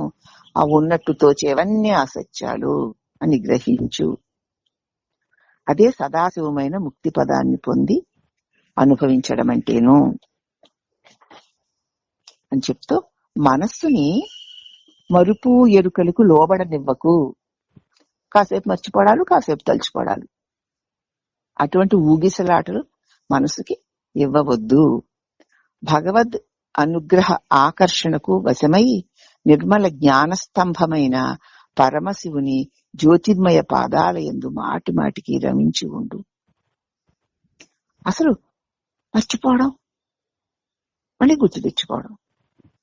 అయ్యో మర్చిపోయాను కదా, నేను ఆత్మని కదా, అలా వద్దిక. ఆ ఊగిసలాటికి మానేసి గట్టిగా భగవద్ అనుగ్రహణ ఆకర్షణకి వశమైపోయి ఉన్నాను ఉన్నాను ఉన్నాను అన్నదానికి వశపడి నిర్మల జ్ఞాన స్తంభమై అఖండ ప్రకాశమై వెలుగుతున్న ఆ పరమశివుని జ్యోతిర్మయ స్వరూపమునందు ఐక్యమైపో. గాఢాలింగనం చేసుకుని ఉండక్కర్లేదు. మళ్ళీ వాడు ఉంటాడు గాఢాలింగనం చేసుకుని. మార్కండేయుడు వారు గాఢాలింగనం చేసుకోవడం కాదు, ఐక్యమైపోవడం అంటే నది సముద్రంలో కలిసిపోయినట్లు. అంటే నేనన్న వృత్తి రానివ్వకపోవడమే. ఆ అఖండ పరంజ్యోతిలో ఐక్యమైపోయి ఇక మళ్ళీ నేనన్న వృత్తి తల చూపనీయకుండా ఉండేంత గట్టిగా ఐక్యమైపో. అదే మోక్షం. మోహరూపమైన అహంకారమే మానవుడంటాడు. అతడు భగవంతుని అనుగ్రహాన్ని తోడుగా ఉంచుకొని లోదృష్టిని గనక చక్కగా అభ్యసిస్తే తప్ప భయంకరమైన జనన మరణ సుడిగుండాల నుంచి తప్పించుకోలేడు. మరి ఈ జనన మరణాలు భయంకరమైన సుడిగుండాలు అని నీకు ఖచ్చితంగా ఉందే తెలుసా? చస్తాము పడతాము అనుకుంటున్నావే కానీ అవి భయంకరమైన సుడిగుండాలు అన్న అవగాహన మనకుందే. పుట్టడం ఒక నరకం అనుకుంటున్నాం, పుట్టడం ఒక దుఃఖం కదా. జీవితంలో అనేక దుఃఖాలు, మరణం ఒక దుఃఖం. మరి జనన మరణాలు దుఃఖం కాదు? ఆ దుఃఖరూపమైన సుడిగుండాల నుంచి తప్పించుకోవాలని నీకు ఖచ్చితంగా ఉందా లేదా? ఉంటే నీవు ఇదిగో భగవంతుని అనుగ్రహ రూపమై నీ మీద వర్షిస్తున్న నీ నిజస్వరూప ప్రకాశాన్ని అందుకొని నిరంతరము దృష్టిని అభ్యసించు. అది చేస్తే తప్ప ఈ భయంకరమైన జనన మరణ సుడిగుండాల నుంచి నువ్వు తప్పించుకోలేవు. పూర్వ కర్మల చేత ఏర్పడిన వాసన బలాన్ని కేవలం ఈ మానవ శక్తి చేత జయించలేవు. నువ్వు నీ శక్తులతో, నేను అనే అహంకారంతో నువ్వు పూర్వజన్మ వాసనల బలాన్ని నువ్వు జయించలేవు. కాబట్టి ఆ అశక్తమైన నేననే వదిలిపడే. అది కదూ ఎందుకు లోబడింది, అది కదూ మరి వీటిని వాసనలు జయించాలని ప్రయత్నం చేస్తుంది. దానివల్ల ఎక్కడవుతుంది? దానివల్ల ఇవన్నీ కలుగుతాముడా. నేను వదిలే ఏది బాధిస్తుందో దాన్ని గట్టిగా పట్టుకొని మళ్ళీ దాని వల్ల సుఖాన్ని పొందాలనుకోవడం అంత భ్రమ ఇంకేముందమ్మా? నేనన్న మోహం, నేను దేహమన్న భావన కదూ బాధిస్తుంది. దాన్ని పట్టుకొని ఆ నేను దేహమన్న భావన వాసనలు పోగొట్టుకోవాలంటే ఎక్కడైనా పోగొట్టుకుంటుందా? దొంగాడే పోలీసు వేషం వేసుకుంటే ఎప్పటికేం దొంగను పట్టిస్తాడా? పట్టివ్వడు. కాబట్టి ఎవరికిది? నేను అన్న తలంపుకి కోటి జన్మల వాసనలు, దానివల్ల మళ్లీ జన్మాలు, దుఃఖాలు, సుడిగుండాలు, అలలు, భయంకరాలు, బాధాకరాలు. ఎవరికి? నాకు నేనెవరు అని ఆ నేను వదిలే. కోకటి వేళ్లతో పెద్ద భ్రాంతి వృక్షం రాలిపోతుంది. అప్పుడేం మిగిలింది? శాంతి. అదే నీ స్వరూపం. ఈ నేనున్న భావం ఉంచుకుని ఈ సాధన చేసి, ఆ సాధన చేసి, ఈ జపాలు చేసి, ఈ పూజలు చేసి, ఆ దానాలు చేసి, ఈ ధర్మాలు చేసి, ఇవి చేసి, అవి చేసి అలాగ నా వాసన నేను పోగొట్టుకుంటాను అనడం నిజంగా ఎంత హాస్యాస్పదం. పూర్వజన్మ కర్మల చేత ఏర్పడిన వాసనా బలాన్ని కేవలం నీ మానవ శక్తి చేత, దేహ శక్తి చేత నువ్వు జయించలేవు. దానికి కారణం ఏమిటి? నేనున్న తలంపే. ఆ తలంపునే మూల వేరునే కోసేస్తే కూకటి వేలుతో సహా ఈ భయంకరమైన జన్మ మృత్యువుల అనే వృక్షం రాలిపోదు, కూలిపోదు. ఎంత తేలిక. 4వ అధ్యాయంలో చెప్పాడు కదా ఆయన జ్ఞానయోగంలో, ఎస్య సర్వే సమారంభాః కామ సంకల్పవర్జితాః జ్ఞానాగ్ని దగ్ధ కర్మాణం తమాహుః పండితం బుధాః. ఎప్పుడైతే నేనన్న తలంపు లేచిందో అప్పుడు దాన్ని అక్కడక్కడే తెగ నరుకుతాడు. అట్టి జ్ఞానాగ్ని వల్ల జన్మ దుఃఖాలన్నీ కాలిపోవాలి తప్ప ఆ నేనుని కలగనిచ్చి కలిగిన తర్వాత ఆ నేను చేత చేయబడే ఏ కర్మలు కూడా నిన్ను బంధాల నుంచి బయటపడేయలేవు. వాసుదేవుడు కూడా ఖచ్చితంగా చెప్పేశాడు దాన్ని. అందుచేత ఇప్పుడు మోహరూపమైన అహంకారమే మానవుడు. అతడు భగవంతుని అనుగ్రహాన్ని తోడుగా ఉంచుకుని దృష్టిని అభ్యసిస్తే తప్ప భయంకరమైన జనన మరణ సుడిగుండాల నుంచి తప్పించుకోలేడు. పూర్వకర్మల చేత ఏర్పడిన వాసనా బలాన్ని కేవలము ఈ మానవ శక్తి చేత జయించడం అన్నది కల్లా. కాబట్టి గురువు యొక్క వాక్యమందు దృఢ విశ్వాసం పెట్టుకుని నీ స్వరూపమైన దాన్ని నీకు అవలీలగా అందిస్తూ ఉంటే దాన్ని అంటి పెట్టుకుని ఉండు. అంతకంటే నువ్వు ఏది చేసినా నీ పతనానికి నువ్వే కారణమవుతున్నావు. దాన్ని రమణుని సూటి మార్గం అని యూట్యూబ్ లో ఉంది, చూడండి. ఎక్కడ కొంచెం కూడా కాంప్రమైజ్ అవడానికి వీలు లేదు. నువ్వు ఎలా చెడిపోతున్నావు చూసుకో. ఆ సూటి మార్గంలో రమణుడు అనేటువంటి రామబాణం లాంటి సూటి మార్గం మనకి చూపించాక ఇంకా అన్య విషయాల వల్ల, అన్య క్రియల వల్ల మనం ఏదో పొందాలని అనుకోవడం ఎంత భ్రాంతో తెలుస్తుంది. ఒకసారి రమణుని సూటి మార్గం వినండి, యూట్యూబ్ లో ఉంది. అదే సూటి మార్గం. దాన్ని నీకు దృఢ విశ్వాసం ఉండాలి. దృఢ విశ్వాసం ఉన్నాక ఇంకా పక్కకి చూడవు, ఇది చూడవు, అది చూడవు, అది వినవు, ఇది వినవు. అసలు వినేవాడే బంధం.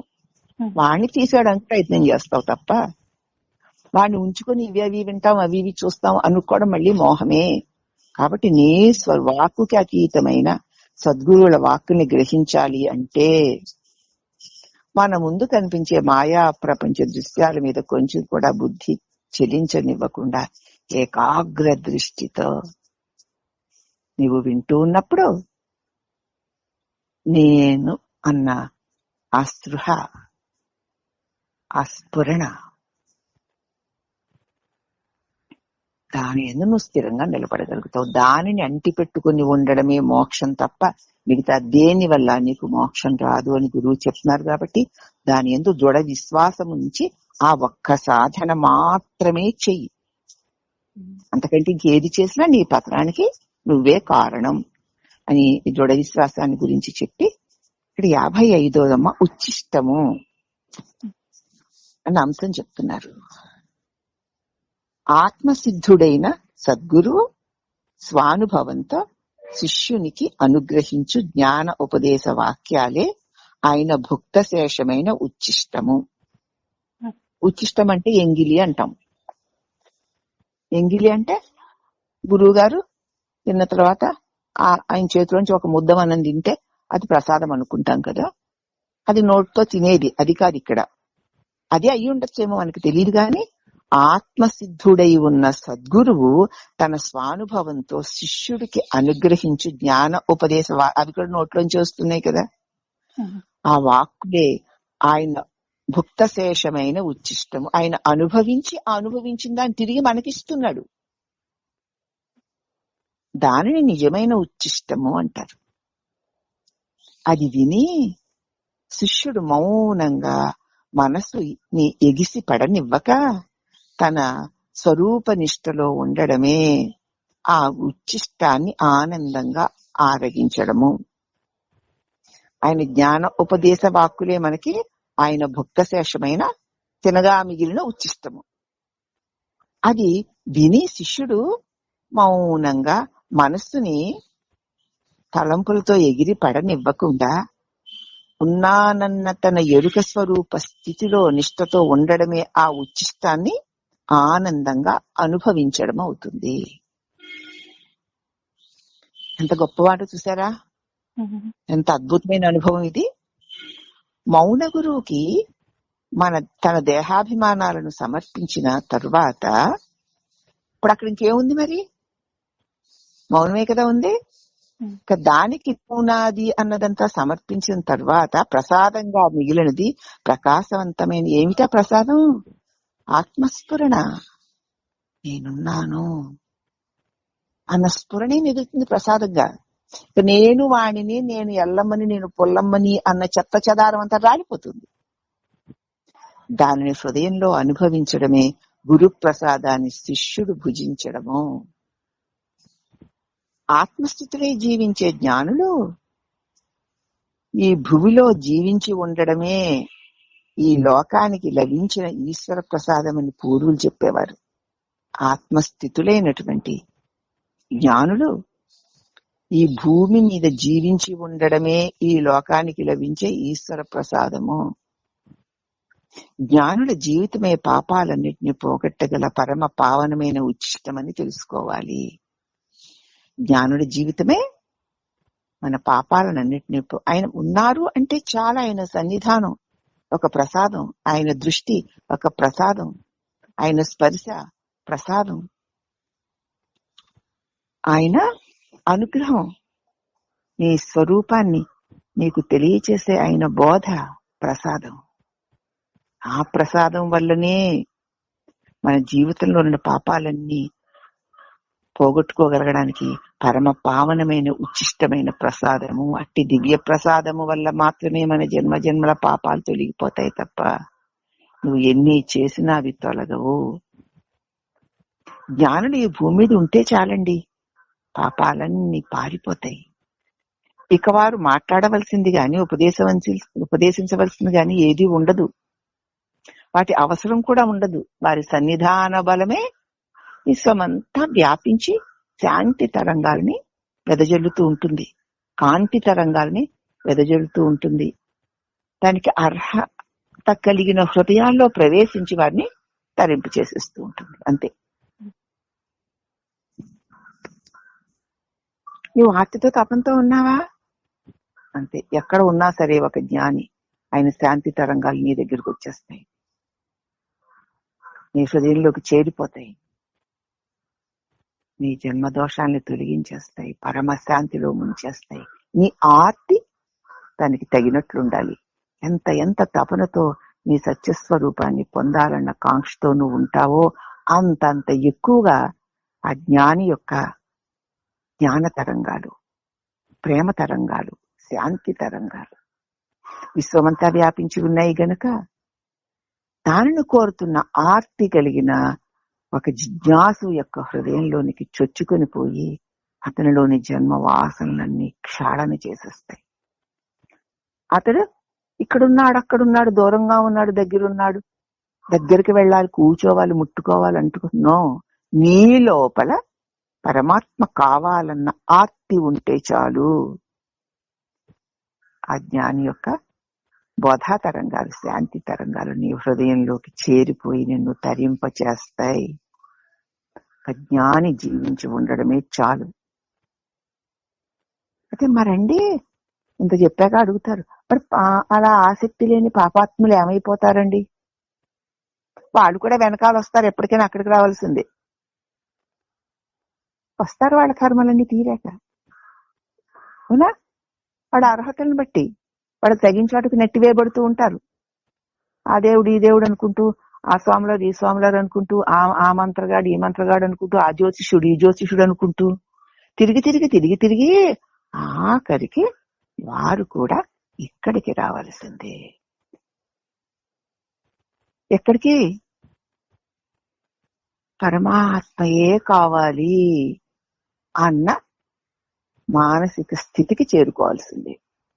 చేరుకుని తీరుతారు. రాయి కూడా బ్రహ్మత్వాన్ని పొంది తీరుతుంది, పొంది తీరాలి. అది పరమాత్మ శాసనం. ఎందుకంటే దాని నిండా కూడా ఆయనే ఉన్నాడుగా. పరిణామ క్రమంలో నెమ్మది నెమ్మదిగా వారి వారి అర్హతలను బట్టి వారు ఏది కావాలో దాన్ని పొందుతూ దాని వల్ల ఏ ప్రయోజనము లేని తనాన్ని వారే గుర్తించి నాకు నిజ ప్రయోజనం కావాలి అన్న ఆర్తి వాళ్ళు కలిగింప చేస్తూ ఆ తరంగాలు వారిలో మార్పుని తీసుకొస్తాయి. ఊరుకో ఎవరిని వదిలేసి. అటువంటి తపన కలిగిన వారిలో వెంటనే ఫలిస్తుంది, కలగని వారికి నెమ్మదిగా ఫలిస్తుంది. అర్థమవుతుందా? కాబట్టి ప్రతి జ్ఞాని సన్నిధానం అంత బలమైంది అని ఉచ్చిష్టము గురించి చెప్పిన తర్వాత గురు పూజ. తనను అనుగ్రహించిన సద్గురువుకి దాసుడైన ఉత్తమ శిష్యుడు చేసే సేవలు భార్య భర్తకి చేసే సేవల్లాగా ఉంటాయి. తనను అనుగ్రహించి సద్గురువుకి దాసుడైన ఉత్తమ శిష్యుడు ఒక భార్య తన భర్తకి ఎట్లా సేవలు చేస్తుందో అలా ఉంటాయి. ఆయనకి ఏదో అవసరమైతే మనం చెయ్యము, ఆయనకి ఏ టైంకి ఏది పెట్టాలో అది పెట్టము, ఆయనకి ఏది కావాలో అది అందిస్తామా లేదా? నీ మొగుడిని తిరిగితే తిడతాడులే, కానీ ఆ టైంకి ఆయన మందు వేసుకోవాలి, ఆ టైంకి ఏదో తాగాలి, ఆ టైంకి ఏదో చెయ్యాలి. అయ్యో ఇది వేసుకోకుండా వెళ్ళిపోతున్నారు, అయ్యో బాబాయ్ వెనకాల పడతావా లేదా? ఎందుకు? నీ భర్త గనక. అవునా? ఇది చెప్పక్కర్లేదు నీకు. పోనీ నాకెందుకంటే నువ్వు ఊరుకున్నావు అంటే ఊరుకోలేవు. ఊరుకోగలరా ఎవరైనా? ఊరుకోలేంగా. కాబట్టి భార్య భర్తకి చేసే సేవలు వలె తనని అనుగ్రహించిన సద్గురువుకి కావలసిన వాటిలన్నిటినీ చెప్పక్కర్లేకుండా వెంటబడి సేవించుకుంటాడు వాడు. వాడు ఉండలేడు సేవించుకోకుండా. ఇప్పుడు భార్య భర్తకు చేసేలాంటి సేవలు గురువుకి చేయమని కాదు, అట్లా వదిలిపెట్టలేడు అనమాట. అది సంగతి. ఉన్నది 40 అనుబంధంలో 39వ శ్లోకభావం అదే. గురువుల వద్ద అద్వైతం కూడదు అని ఉపదేశం. ఎక్కడైనా అద్వైతం చూపించడానికి గురువు దగ్గర నువ్వు నేను ఒకటే అని మరి తలపైకెత్తి కూర్చోకూడదు.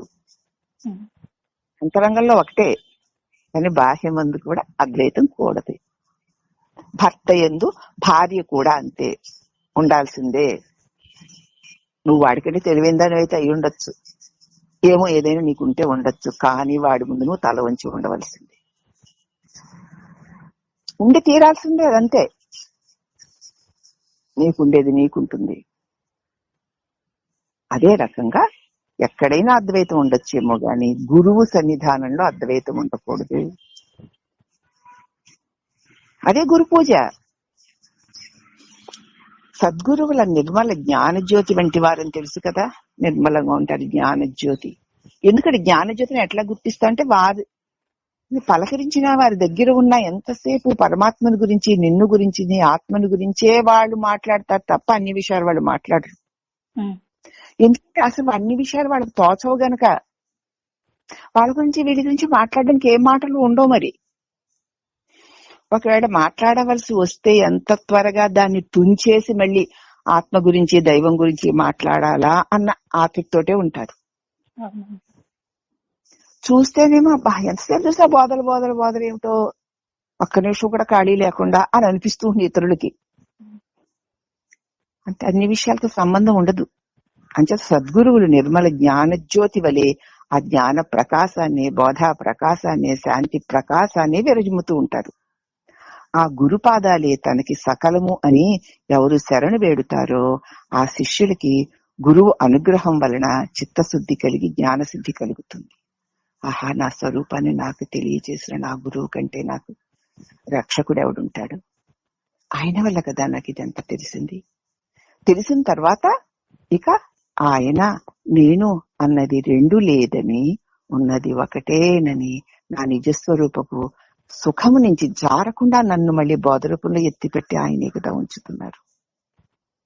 హే గురుదేవా అని మళ్ళీ ఆయన పట్ల ఆర్ద్రమైన హృదయంతో ఒక్కసారి నమస్కరించుకున్నప్పుడు ఆయన వేరు అని కాదు, నీలోనే ఆ నమస్కారం. ఎక్కడ ఎవరికి? నీలోనే, నీ స్వరూపమైన నీ గురువుకే నువ్వు నమస్కరించుకుంటావు. వెలి వ్యవహారంలో గురుదేవా అని ఆర్తితో, తపనతో ఆయనందు భక్తి విశ్వాసాలతో, ప్రేమతో ఉంటాం. అలా ఉన్నప్పుడే గురువు యొక్క అనుగ్రహం వల్ల చిత్తశుద్ధి కలిగి జ్ఞానసిద్ధి కలుగుతుంది. సద్గురు పాదాలే తమకు గతి అని జీవించే శిష్యులకి భక్తి పెంపొందుతూనే ఉంటుంది. ఆ గురు పాదాలే, గురువు యొక్క పదాలే నాకు గతి. మిగతావి ఏవైనా సరే నన్ను పతనం చేసేవే. అవునా కదా చెప్పండి? గురువు తప్ప, గురు బోధలు తప్ప మిగతావన్నీ మన పతనం చేసే, ప్రతి మాట పతనం చేసేదే అని తెలుసుకుని జీవించే శిష్యులకి భక్తి పెంపొందుతూనే ఉంటుంది. అట్లా కలిగిన గురుభక్తి, శివభక్తి ఆత్మజ్ఞానమై ప్రపంచ భోగాలపై గల అన్ని వ్యామోహాలని దహించి వేస్తుంది. ఇంకేముంటుంది? ఆ తెలివి స్వరూపమే, ఆ పరమాత్ముడే, అదే సత్యం, ఆ ప్రకాశమే, ఆ శాంతే సత్యం, నేనున్నాననడమే సత్యం. అన్యమైనవి అసలు ఏవీ లేవు, అయినా ఉన్నట్టు తోస్తాయే తప్ప అవి లేవు అన్న భావన స్థిరపడిపోయే కొద్ది ఇక లేవు అని అనుకోక్కర్లా, అవి ఎలాగూ లేనివే అనేటువంటి స్థిరత్వం కలుగుతుంది. కరుణాసముద్రుడైన శ్రీకృష్ణ భగవానుడు మనకి ఆయనకి మధ్య అర్జునుడు అడ్డుగా ఉంచుకొని అతనికి చెప్పే నెపంతో మనకిచ్చిన ఉపదేశం ఏమిటి? ఇదేగా, నీవు నన్ను పొందినట్లయితే పాపపుణ్యాల కర్మబంధాల నుంచి నేను విముక్తిని చేసి పాడేస్తా అన్నాడా? ఏషామహం సముద్దత్త మృత్యు సంసార సాగరాత్ భవామి అచిరాత్ పార్థ మయ్యావేశ చేతసామి కదా. నిన్ను నేను సమర్థిస్తాను, నన్ను పట్టుకో, నేనున్నానన్న ఎరుకే నేను, అదే నువ్వు, నన్ను పట్టుకో.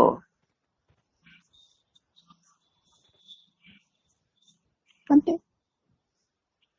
మృత్యు సంసార సాగరా నుంచి నువ్వు తరించిపోయేలాగున ఆ దివ్య శక్తి నీకు అనుగ్రహింపబడుతుంది అని భగవంతుడు మనకి ఇచ్చినటువంటి అభయం అదే కదా.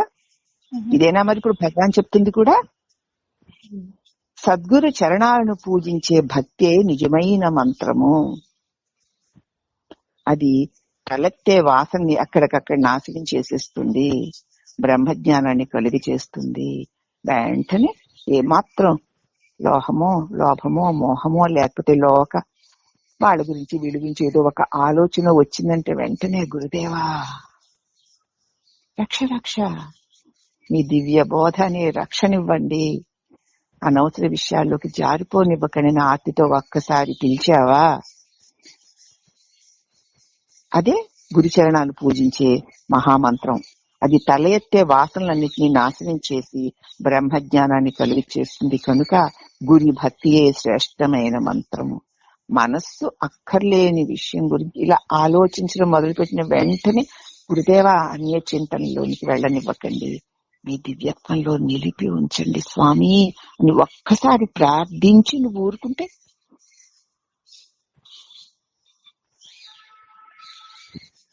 ఆ వాసనలన్నీ పారిపోతాయి. చేసి చూడండి మీరు. జ్ఞాన గురువుగా మానవ రూపం ధరించి మనల్ని అనుగ్రహించిన పరమేశ్వరునికి పూజాది సేవలు చేస్తే కూడా ఆ పరమాత్మనితో జీవ బ్రహ్మైక్యమే చేయదగ్గ శ్రేష్టమైన పూజ. ఏదో మానవ రూపం ధరించినటువంటి ఆ గురుదేవుడిని మనం అనుగ్రహించారని చెప్పి పరమేశ్వరుడు అనుకుని వాళ్ళకి పూజలు అవి చేసినా బాహ్యంగా చేస్తాం కదా మనం, చేసినా కూడా నీ హృదయములో వెలుగొందుతున్న పరమాత్ముడే నా గురుదేవుడు అని భావించి నీ హృదయంలో నేనన్న తలంపు లేకుండా నువ్వు ఉండడమే బ్రహ్మ ఆత్మ ఐక్య స్థితి అయిన నిజమైన పూజ. ఈ వెలుపల పూజ ఏదో చేస్తాంలే, దాన్ని పూజ అని అన్నా నిజమైన పూజ ఏమిటి? నీ నిజస్వరూపాన్ని బోధించిన ఈ రూపానికి బయట పూజ చేస్తే చెయ్యి, సత్కారాలు చేస్తే చెయ్యి, కానీ దాంతో సరిపెట్టుకోకు. ఆయన నీ స్వరూపాన్ని ఏది అని చూపించారో దాని యందు నేనన్నది లేకుండా ఉండడమే శ్రేష్టమైన గురు పూజ. అప్పుడు గురు పూజ అంటే ఏంటో తెలిసిందా? తెలుసుకోవాలి, ఆచరించుకోవాలమ్మా. తెలుసుకోవాలి, బోధ అందుకే తెలుసుకోవడానికి, ఆచరించుకోవడానికి. అదే గురు పూజ. ఈ దేహంతో చేస్తున్న పూజలన్నీ జీవ బ్రహ్మైక్య క్రియల వలె నిరంతరము చేయడం కష్టం కదూ. దేహంతో ఎన్ని పూజలు చేస్తాం, కష్టం కదూ. జీవ బ్రహ్మైక్యం చేయడం ఎంత తేలిక. కాళ్ళు పని చేయక్కర్లా, కళ్ళు పని చేయక్కర్లా, ఇంద్రియాలు పని చేయక్కర్లా, మనసు పని చేయక్కర్లా, ఏ పని చేయక్కర్లా. ఎంత తేలికో. అందువల్ల ఐక్యమే అన్నిటికన్నా శ్రేష్టం. విడిగా ఉండి పూజలు చేసుకుంటామండి, భజించుకుంటామండి అనేదానికంటే చేయవలసిన అవసరం లేకుండా ఐక్యమే ఉంటే సరిపోదు. కాబట్టి ఉపదేశసారం 30వ పద్య యొక్క భావాన్ని మనం జ్ఞాపకం చేసుకోవాలి. ఉపదేశసారంలో 30వ పద్యం అన్నా గుర్తుందా?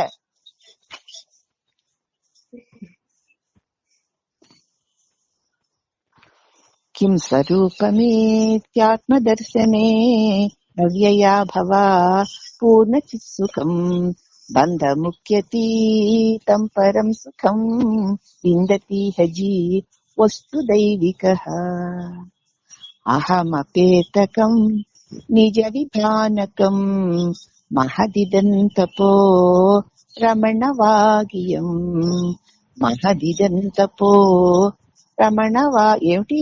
అహం అపేతకం, నేను అన్న తలంపు వదిలితే, నిజ విభానకం, నీ నిజస్వరూపము ప్రకాశిస్తుంది.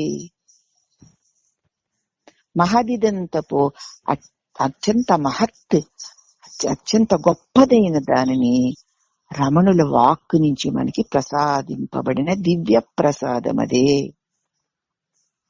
అహం అపేతకం, నేనన్న తలంపు తొలగితే నిజస్వరూపము భాసిస్తుంది అని మనకి భాషింపచేస్తూ మహాతపోస్వరూపుడైన రమణుడు మనకి ప్రసాదించిన దివ్య ప్రసాదం ఇది.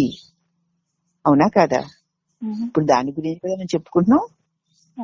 అదే మహాప్రసాదం. కాబట్టి ఇక్కడ మనం ఈ 30వ పద్యాన్ని జ్ఞాపకం చేసుకోవాలి. శిష్యుడని గురువని జీవుడని శివుడని ద్వైత బుద్ధిని అహంకారం కలుగ చేస్తుంది. నేను శిష్యుణ్ణి, ఆయన గురువు, నేను జీవుణ్ణి, ఆయన శివుడు అన్న ద్వైత బుద్ధి అహంకారాన్ని కలుగ చేస్తుంది. నేనన్న భావన ఉంటేనే కదా నేను శిష్యుణ్ణి, ఆయన గురువు అంటాం, నేను జీవుణ్ణి, ఆయన శివుడు అంటాం. అటువంటి ద్వైత బుద్ధి లేసమైన తల ఎత్తనివ్వని మౌన స్థితియే సదా అవలంబించి ఉంటే శిష్యుడు గురువుకు చేసే నిజమైన నమస్కారం. నేనని లేచి నువ్వు పెట్టే దండాలు కాదు గురువు స్వీకరించేది. నేను అని అనకుండా ఉండడాన్నే నమస్కారంగా స్వీకరిస్తాడు గురువు. ఎక్కడ చూసినా నీలో నేను లేవకపోతే అదే నిజమైన గురువుకి నమస్కారం. భగవంతుడే జ్ఞాన గురువు, నీ హృదయ జ్యోతి అసలైన గురువు. ఆ దివ్య బోధలనడి జ్ఞానాగ్నితో నేను శిష్యుడను, వారు గురువులు అనే ద్వంద్వభావం నశించిపోతుంది. ఎక్కడున్నాడు? ఎప్పుడు? భగవంతుడే జ్ఞానస్వరూపుడై వెలుగుతున్నాడు.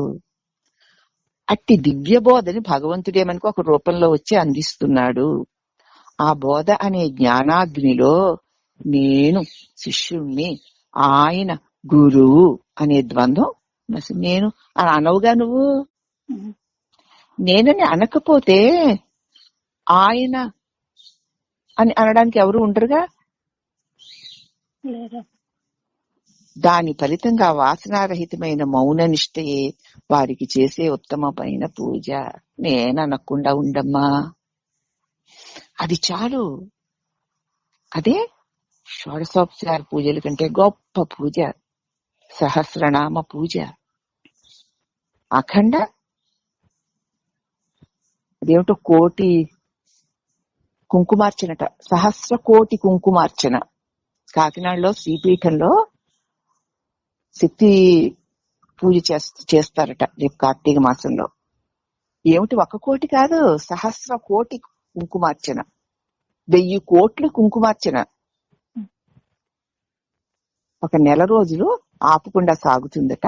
ఆ నెల రోజులు కూడా ఎంతమంది పాల్గొని ఆ కుంకుమార్చన చేసుకుంటారో అంత పరమాత్మ యొక్క పరాశక్తి యొక్క దివ్య శక్తి ఆ పూజల వల్ల మరి శక్తి వ్యాపించి ఆంధ్ర రాష్ట్రానికి పట్టినటువంటి ఈ హీనత్వము, క్షుద్రత్వము, దరిద్రము తొలగిపోతాయి. దివ్యత్వము కలగాలి. ఆంధ్ర అన్నపూర్ణగా తన నిజ వైభవాన్ని తిరిగి పొందాలి. అమ్మా జగన్మాత మీరు అనుగ్రహించండి అని సహస్ర కోటి కుంకుమార్చన రేపు కార్తీక మాసంలో శ్రీపీఠంలో చేస్తారట. ఎందుకు చేస్తున్నారు? కోరికతో. ఏం కోరిక? రాష్ట్రం సుభిక్షంగా ఉండాలి, ధర్మ పరిపాలన సాగాలి, అధర్మం నశించాలి, దానికి అడ్డొచ్చే దుష్ట శక్తులన్నిటినీ తొలగించి మహాశక్తి స్వరూపమైన చిద్రూప పరమాత్మ మీరు అనుగ్రహించండి. సహస్ర కోటి కుంకుమార్చన అంటే కనీసం ఒక్కొక్కసారైనా ఒక్కొక్కళ్ళైనా వెళ్ళి మా పుణ్యం వస్తుందనైనా అమ్మా అంటారని. చూడండి, అమ్మా అని ఒక్కొక్కసారైనా అంటారని అంటే వారికి మంచిదే, దేశానికి మంచిదే. ఒకేసారి 2 ఫలితాలు వస్తున్నాయి కదమ్మా. అంటున్న మనకి మంచిదే, ఆ శబ్ద తరంగాల వల్ల మన రాష్ట్రానికి మంచిదే. కాబట్టి మంచి మంచి ఆలోచన కలగాలి, మంచి క్రియ కలగాలి అనే ఈ స్వాములందరూ కూడా ఈ యాగాలు, యజ్ఞాలు ఇవన్నీ ఎందుకు? లోకా సంస్థ సుఖినోభవంతు అనే కదా చేస్తారు. చేసిన తర్వాత మళ్ళీ ఆ పరమాత్మకే కదా అర్పిస్తారు. బ్రహ్మార్పణమస్తు బ్రహ్మార్పణమస్తు అనే కదా సమర్పిస్తారు. అందుకే అలనాటి నుంచి ఇప్పటి వరకు యజ్ఞయాగాది క్రతు హోమాది కర్మలన్నీ కూడా లోకశాంతినో దేహశాంతినో ఆశించి చేస్తూ ఉంటారు. దానివల్ల ఎక్కడెక్కడో పడి ఉన్నటువంటి అజ్ఞాన వాసనలు కలిగిన వాళ్ళు ఒక్కసారైనా భగవంతుని స్మరించాలని ఆ భగవత్ శక్తి ఊరుకుంటుందా? తనని తలపింప చేస్తుంది, స్మరింప చేస్తుంది, చేసి చేసి చేసి తరింప చేస్తుంది. కాబట్టి ఈ యజ్ఞయాగాది క్రతు హోమాలన్నింటిని కూడా తక్కువ చెయ్యకూడదు. ఆయా సంస్కారాలు కలిగిన వాళ్ళకి ఆయా విధానాలలో పరమాత్మ స్మరణని కలిగిస్తూ ఆ కలిగించిన దాని యొక్క ప్రయోజనాన్ని అనుభవింపచేస్తూ ఓహో దైవాన్ని స్మరించాలి అన్న కాంక్షను రేకెత్తించడానికి మరి అదేమిటి వేదాలలో ఆయా యజ్ఞ విధులు ఈ యాగ విధులు అన్ని అందుకే అక్కడ రచించారు. దానినే ఆచరిస్తున్నారు. అందరూ ఒకేసారి బ్రహ్మజ్ఞానాన్ని పొందరు కదా, అందరూ ముముక్షులుగా ఉండరు కదా. కానీ అందరూ ముముక్షులు అవ్వాలి, అందరూ బ్రహ్మజ్ఞానాన్ని పొందాలి. రాయి కూడా బుద్ధత్వాన్ని పొంది తీరాలి. తన్ను తాను మరిచిపోయిన అజ్ఞానంలో నుంచి తనకి తాను గుర్తు వచ్చేలాగున పరమాత్మ స్మరణ ఇంతో అంతో అలాగో ఇలాగో ఎలాగో అలాగ చేయిస్తూ రావడమే నిజమైనటువంటి ఈ స్వాముల జ్ఞానుల యజ్ఞయాగాది కర్మలు.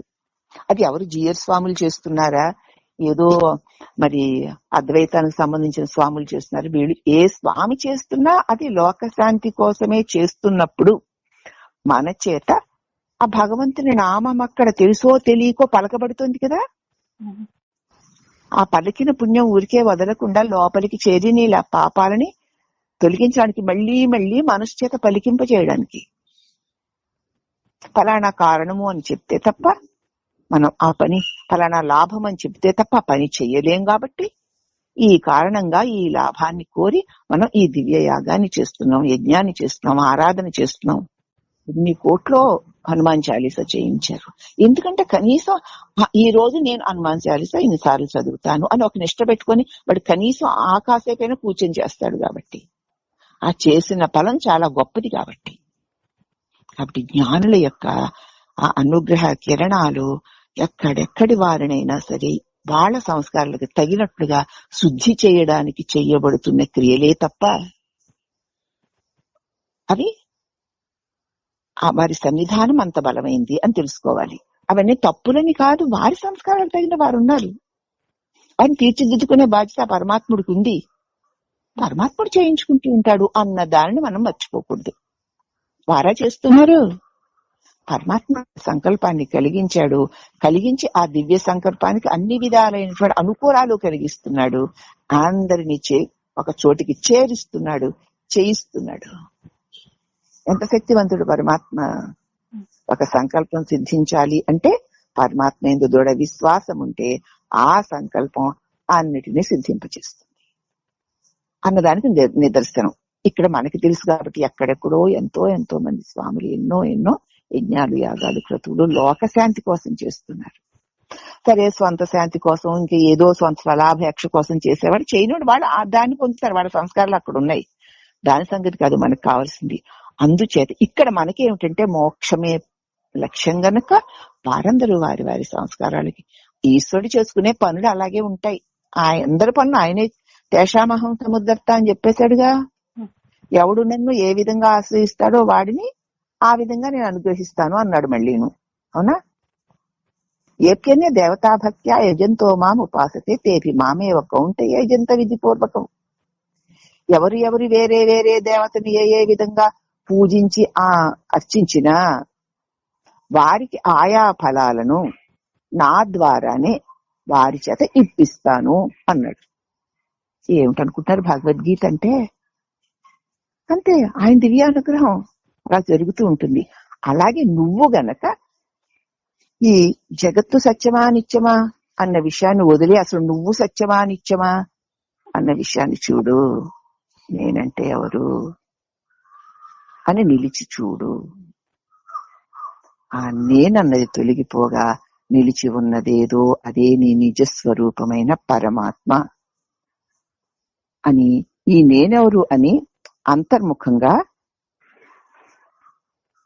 ఆత్మవిచారణ చేసి ఫలితంగా ఆత్మరూపుడైన గురువుతో సారూప్య స్థితిని పొంది అదే నిష్ఠలో ఉంటూ ఉంటూ తాను శిష్యుణ్ణి ఇలా భేదభావాన్ని నశింప చేసుకోవడమే.